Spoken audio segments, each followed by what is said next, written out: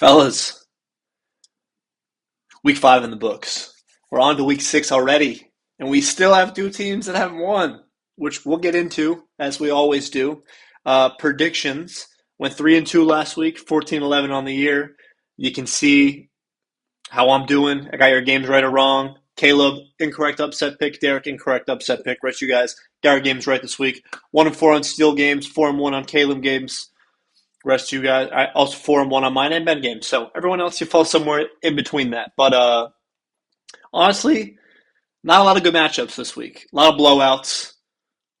Closest game was me and Rory, which ended up being a 14-point game, but did come down to the Sunday night game, which again I'll get into. But first, for the third week in a row, our loser of the week, Ford the dumpster fire. Let's hear from him. Ford, vibe check. What's going on? How you doing? How you feeling? All right, what's up, fellas? Week 3 of me being the loser. That's surely never happened before. There's no way anyone's ever been that bad. My team abandoned me. I said we fired the strength and conditioning coach. We were gonna get in the gym. I'm on my way. I'm limping to the gym to do PT. I have motivation, but my team didn't. They didn't get in the gym. They didn't work hard.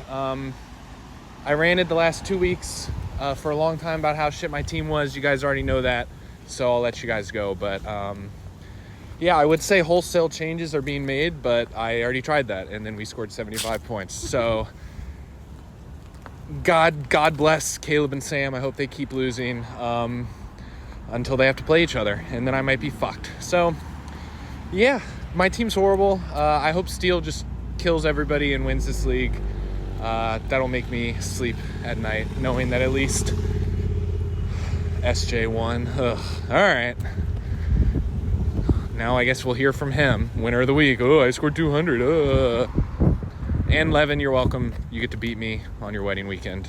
Congratulations. Yeah, Reagan, we know you'll be there. Shut up. Yeah, rough sledding from Ford. He did say until Caleb and Sam play each other. I will note, I checked, they literally play each other last out of everyone in the schedule. So they play everyone until they play each other. So there is potential that we get an 0-8 versus 0-8 matchup, which would be awesome. I'll just say it. I think everyone's going to be rooting for that, unfortunately. But I will say I did get a text from Sam this morning, and he said, quote, yeah, let them know in 3 weeks when I have Bowers and Rice, I'm not losing a single game. So once he starts off 0-8, it's over from there, baby. Ford did say we'll hear from Steele. That is correct. Steele, winner of the week. What do you have to say?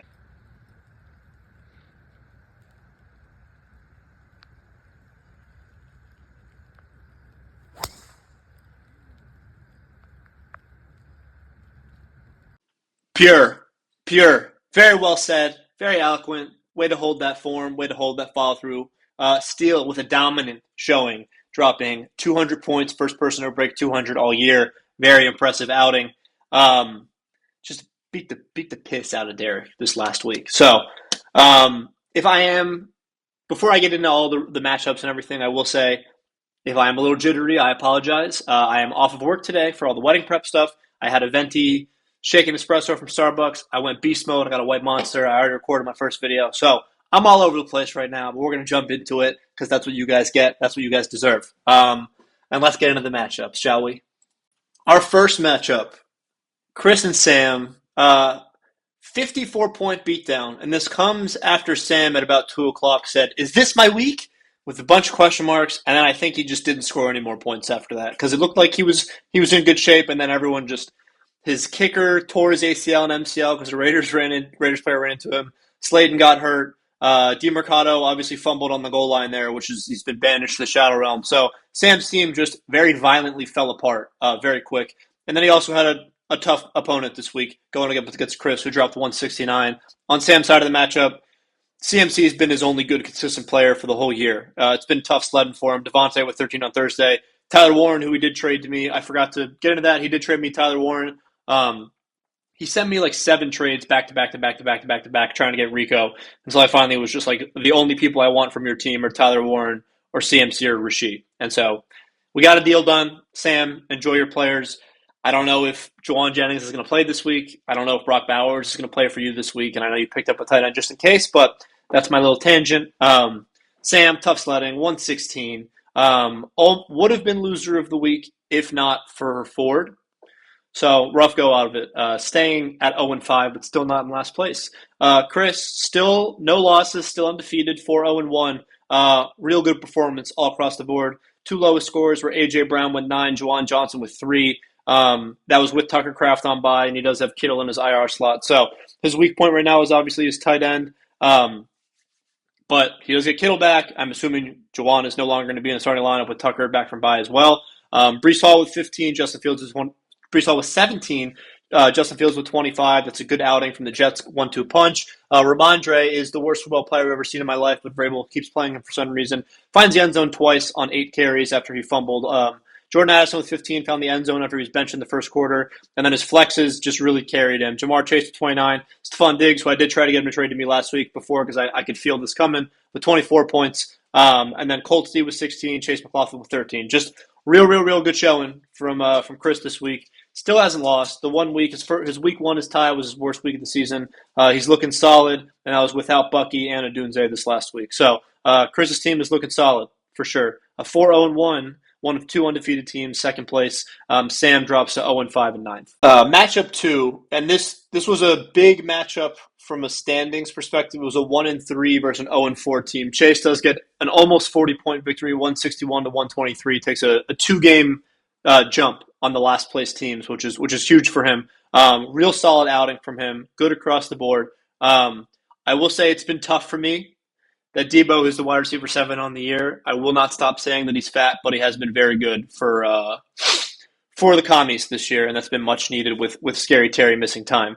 161, that's enough to get it done against most teams. He was top 3 in scoring this week after only Chris and Jared Steele. Jalen with 19. Derrick Henry's been real disappointing. He's only looked good the first half against Buffalo. He's fallen off a cliff after that. Kyron with 31 on Thursday Night Football. He won a bunch of fantasy matchups, but actually cost the Rams the games. If you guys watched it, fumbled at the end.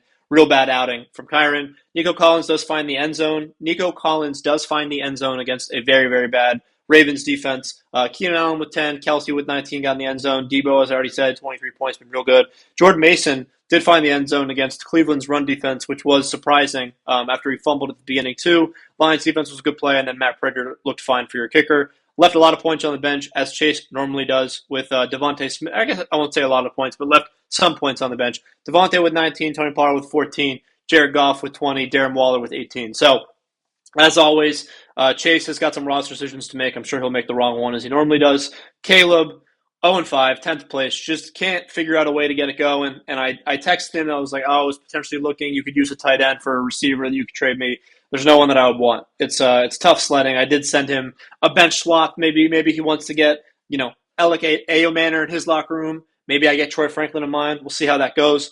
But tough sledding for sure. 123. Not enough to get it done against most of the league this week. Was bottom 5 in scoring. Mahomes paced him in scoring with 26. Gibbs found the end zone with 16. A-Kane with 16. But after that, team really falls off a cliff. Travion Henderson has just been a bust. And even with Gibson tearing his knee, Vrabel still will not give him the ball. I don't know what that guy did, but it's pretty ridiculous. Trey Tucker with 11, that's fine from a waiver pickup. MHJ with 13, Lab with 14, and he did have another touchdown, a punt return that was called back. He would have gotten the 6 points for that. So just not a close game.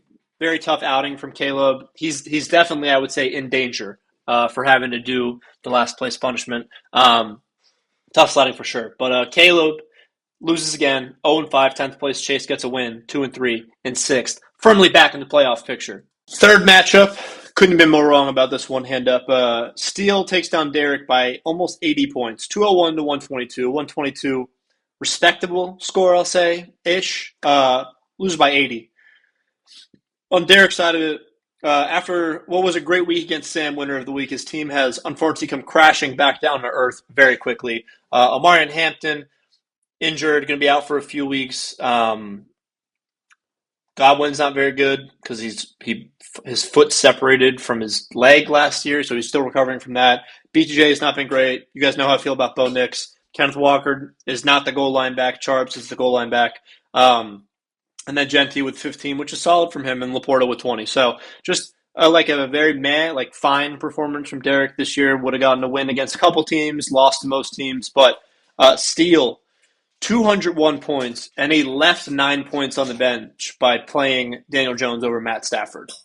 So he also left points by leaving Calvin Ridley on the bench over J.K. Dobbins, who Sam dropped, and Sam definitely could have used him. 31 from JT, 27 from Javonte, 19 from JJ, 27 from JSN, 23 from Jake Ferguson, 15 from J.K. Dobbins, 31 from Emeka Egboko, only 2 and 7 from the defense and kickers, respectively. So he scored 200 points, and honestly, he probably could have scored more if he picked a better defense to play the right QB. So just a shellacking, very impressive. He said it all on his Winner of the Week video, Steele, with a very impressive performance, but only in third place with one loss, because we still have 2 teams that haven't lost yet. The league has never been more widespread. It's never been more unbalanced, but 4-1, third place. Derek drops to 2-3, sitting second.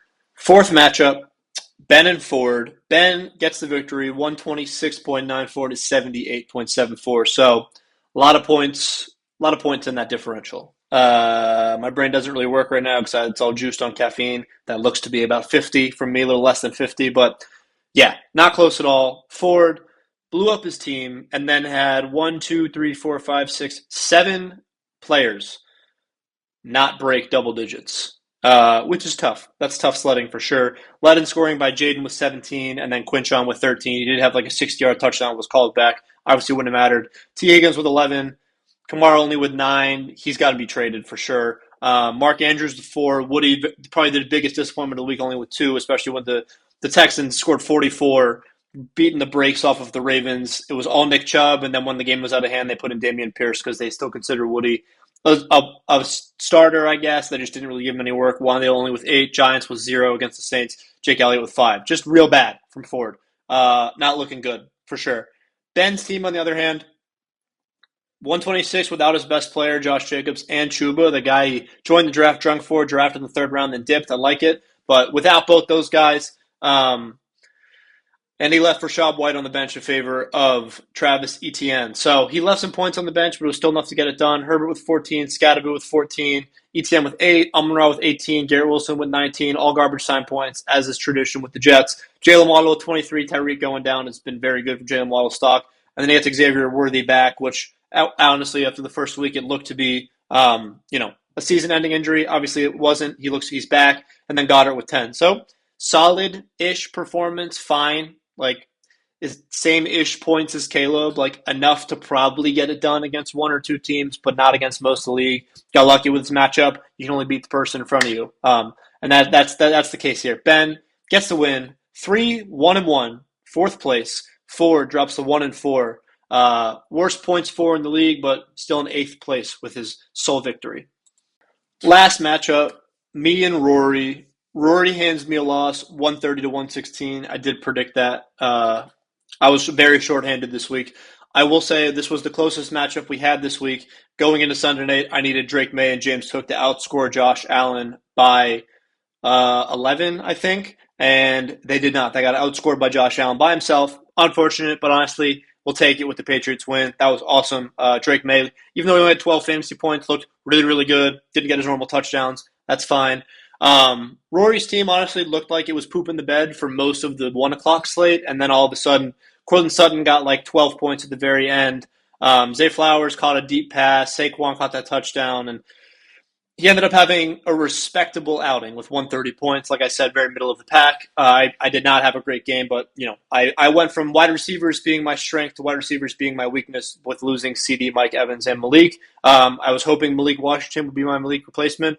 He caught 4 passes for 0 yards on the day, so that obviously did not end up working out. Rico Dowdle almost took me to the promised land with 32 points by himself. He had 25% of my team's points. No one else top 20. I only had Michael Carter, who was another waiver pickup with 18, Dave Montgomery with 18, Drake May with 12, no one else top double digits. James Cook with his worst game of the season with 4, Quentin Johnson with 7, Trey McBride only with 9, going double tight end from here on out unless I end up trading one of them. And then the Browns with 7, and then I picked up Jason Myers, who missed like his first field goal of the season. That's just the way the cookie crumbles. Rory, Najee Nation, staying undefeated, even with Justice Hill getting 2 points in his second running back slot. His RB2 is definitely his weakest spot. He doesn't have one. So it doesn't matter though. He's 5-0. Najee Nation keeps rolling. 130 to 116. I dropped to 3-2, currently sitting in fifth place. First matchup, and this is a tough matchup to start with. We have Steele against Caleb. Steele, probably the league favorite right now. I know he's in third place, but blowing everyone out of the water with points for. Coming in at a 31-point favorite. He has, if you go on the scoreboard instead of FantasyCast and you look at like the matchup on the desktop app, Steele literally has the check mark next to every single positional advantage that he could possibly have for this week. I am assuming Lamar is not going to play, and he will plug Stafford in, and then at least Caleb will have the quarterback position. But I'm going off what I see right now, which is Lamar is in, even though, again, I don't think he's going to play. No bye week player. That's not true. I don't know why that doesn't work. He's without Justin Jefferson this week, too. So that is a testament to how deep Steele's team is. It's his first week with Bijan as well. So he has the RB3, the RB2, and the RB7. Bijan's probably more like the RB4 right now, but he had the bye week last week, CMC as the RB1. Jake Ferguson, the tight end 1, Emeka Egbuka, the wide receiver 3, JSN, the wide receiver 4, J.K. Dobbins as the RB13. So real deep squad from Steele is what I'm saying. Caleb 135. He's got Trevon Henderson still in the lineup because honestly he doesn't really have any other options, and hopefully he gets some work this week with Antonio Gibson gone. But I'm sure that the Patriots are going to sign Gus Edwards, and no one will ever get to see Trevion, and that's that. He's going with McConkey and MHJ again. Cooper Kupp's found his way in the lineup, leaving DJ Moore on the bench after his bye week. Caleb Williams, obviously on the bench for Mahomes. That makes sense. Eagles defense against the Giants. I think 8 different people put in a claim for them this week. Caleb was the one that got him. Again, makes sense. Caleb told me to pick the upset and pick him this week. And as much as I'd love to, I don't know if I can justify a 31-point underdog winning outright. So maybe Caleb, I'll pick you with the spread, but I still think that might be a stretch. I'm going to go with Steele here. Matchup 2. Derek and Ben. Ben comes in at about a 10-point favorite. And I will say almost every year, about halfway through the year, I'm looking around the league and I'm like, who can I trade with? What are the teams looking like? And I find myself saying, I really like Ben's team. And I'm at that point of the year where I'm like, I really like Ben's team. ESPN did a great job on the auto draft for him outside of the first couple rounds that he selected for himself. His team's looking really good, and that's with Chuba out. He's got Rashad. For some reason, was rostering him as Bucky's handcuff, but he's got him. He might slide him in for Travis Etienne. I don't know, but he's got some depth. He's got Olave on the bench, who's pretty good from a PPR standpoint this year. Chuba, I don't think is going to play this week, but it doesn't matter. He's got a lot of depth. Herbert obviously not looking as good with the offensive line being depleted, but the rest of his team, I think, is looking great. Waddle's looking great. Xavier Worthy is back. He has him as Chiefs wide receiver 1 for one more week until Rasheed is back. Garrett Wilson looks great in garbage time when the Jets go down 30 points, and Amon-Ra is obviously Amon-Ra. Etienne was great for you. He was drafted in like the 10th round. Should have taken him, but I was still mad about last year, so I didn't. Took Luther Burden instead, which was obviously a mistake because he's not even on my roster anymore. But Josh Jacobs as well, already had his bye week and is still the running back 13 on the season. Derek looked great for 1 week, which was against Sam, scored 170, and his team has come crashing back down to reality. Tough sledding for him last week. I don't foresee it getting any better. Kenneth Walker gets vultured by Charbs every week. BTJ, what do you do with him? You can't start him. You can't trade him because no one wants him. You can't bench him because he's BTJ. Laporta's fine. Pickens has looked really good. Godwin is, he broke his leg last year. I'm not expecting him to be what he was before. I mean, it was a gross injury. Chase Brown, maybe he gets a boost with Flacco at the helm, but I doubt it'll come this week against Green Bay. Genty's looked good the past couple weeks for sure. You guys know how I feel about Bo Nix. I think he sucks. So, Derek, if you want Baker, let me know. Steelers D against Cleveland's a good play. Nick Folk, sure, why not? I'm going to take Ben here. Ben, after starting, I think he was 0-1-1. I think he's won a bunch in a row. Obviously, I'm not looking at the same thing that's screenshotted here, so I'm not 100% sure on that. But let me check. Yeah, win 3. I was right. I'm plugged in. I'm tuned into what the league is going on. So, yeah, I'm going to take Ben here. But, Derek, I hope you're enjoying Australia. Matchup 3, we got Chase and Sam, and Chase comes in at a 6-point favorite, 136 to 130.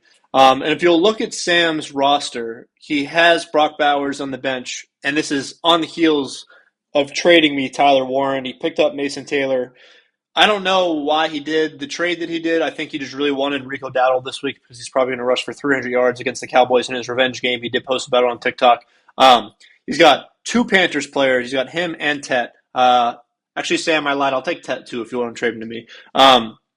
Jordan Love in a QB, CMC obviously, Devontae, Mason Taylor, garbage time merchant, looked real good last week. Rashid Shaheed, boomer bust. His new receiver in Jawan Jennings. We'll see if he plays this week. Again, Sam sent me that trade. I just accepted it. I didn't even negotiate. He just sent me that, and I was like, yeah, that sounds good. So we'll see if he plays. Obviously, best case scenario for me, he doesn't play, and I'm able to play Kendrick Bourne instead of him, and then I would have gotten a free Tyler Warren. But well, that's either here nor there. He's got the Rams defense against Baltimore right now. I'm sure that projection will shift as well. So even though Chase right now is a 6-point favorite, I'm imagining this line shifts a little bit the closer it gets to Sunday. With when Lamar is ruled out, the Rams defense will increase. When Chuba is ruled out, Rico's projection will increase. So I'm foreseeing this to be about an even projection. On Chase's side of it, he's picked up the best defense in the league with the New England Patriots. So obviously that's a great play on his part there, and I might pick him just for that reason.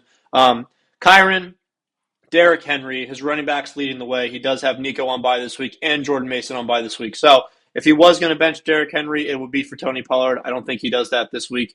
He's got Kelsey in. He's got Darren Waller on the bench. He's still rostering Zach Ertz. But, his team is about the same as it was last week. Not a lot of changes here. So we'll see. I think, honestly, this game is going to end up being close, as it probably should on paper. But I don't know. I think it's going to come down to if Jawan Jennings plays or not, because if Jawan Jennings doesn't play, he's going to pick between Hassan Haskins, Kendre Miller, or Tyler Algier. We'll see. Juwan's been pretty banged up. I doubt they rush him back with how good Kendrick Bourne looked last week, honestly. So I think I'm going to pick Chase here. But honestly, at this point, I think I'm rooting for Sam and Caleb to lose out. So they have to play each other, and one of them is guaranteed to win unless they tie. So we're going with Chase. Matchup 4, and I would say this is probably the best matchup on paper this week. And probably it is. It's the first and second place team. It's Rory and Chris playing against each other, 5-0 versus 4-0-1. Neither team has lost once this season. So unless Chris gets another tie, one of these teams, that streak is coming to an end. We have Rory comes in about a 4-point favorite here, and that's with Justice Hill as his RB2. Again, Rory, if you have any interest in trading for Michael Carter, hit my line.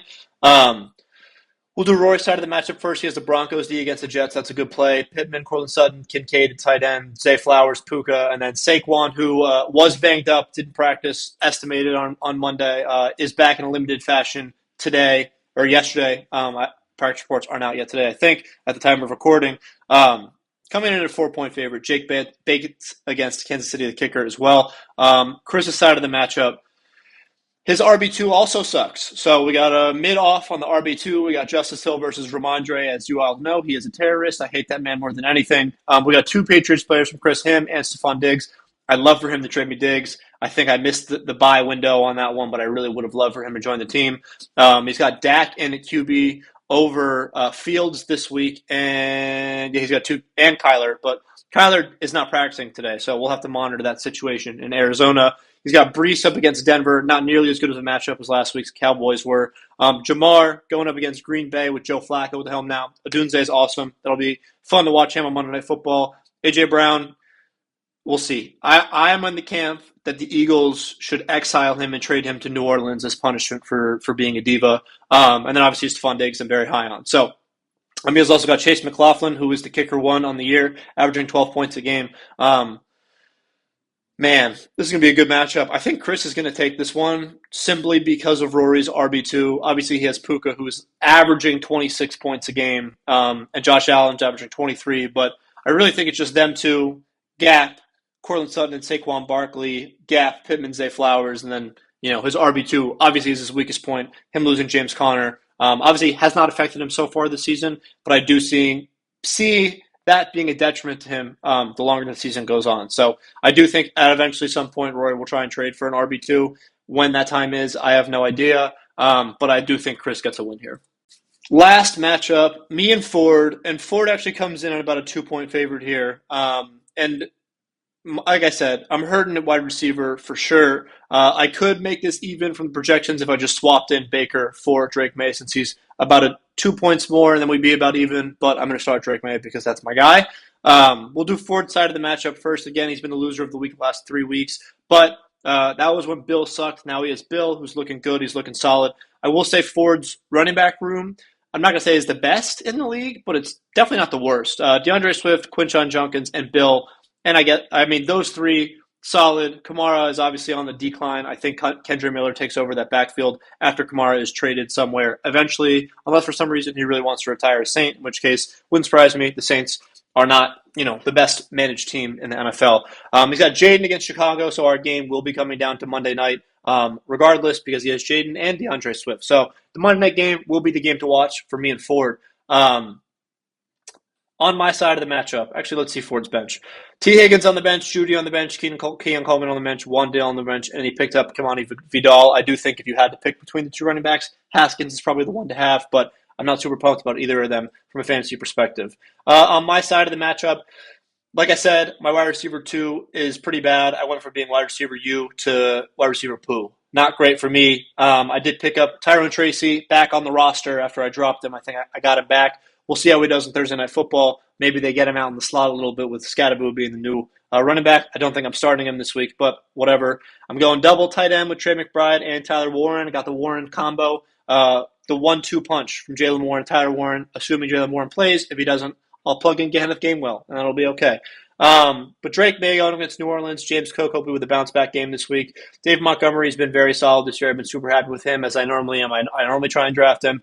QJ, obviously hoping for a bounce-back game this week. Not super pumped to be playing the Browns defense, but the waivers were looking pretty slim, and you got to hope that, we get like a pick or a fumble or a pick six would be great, as it always is for defense, but I'm not super pumped about that.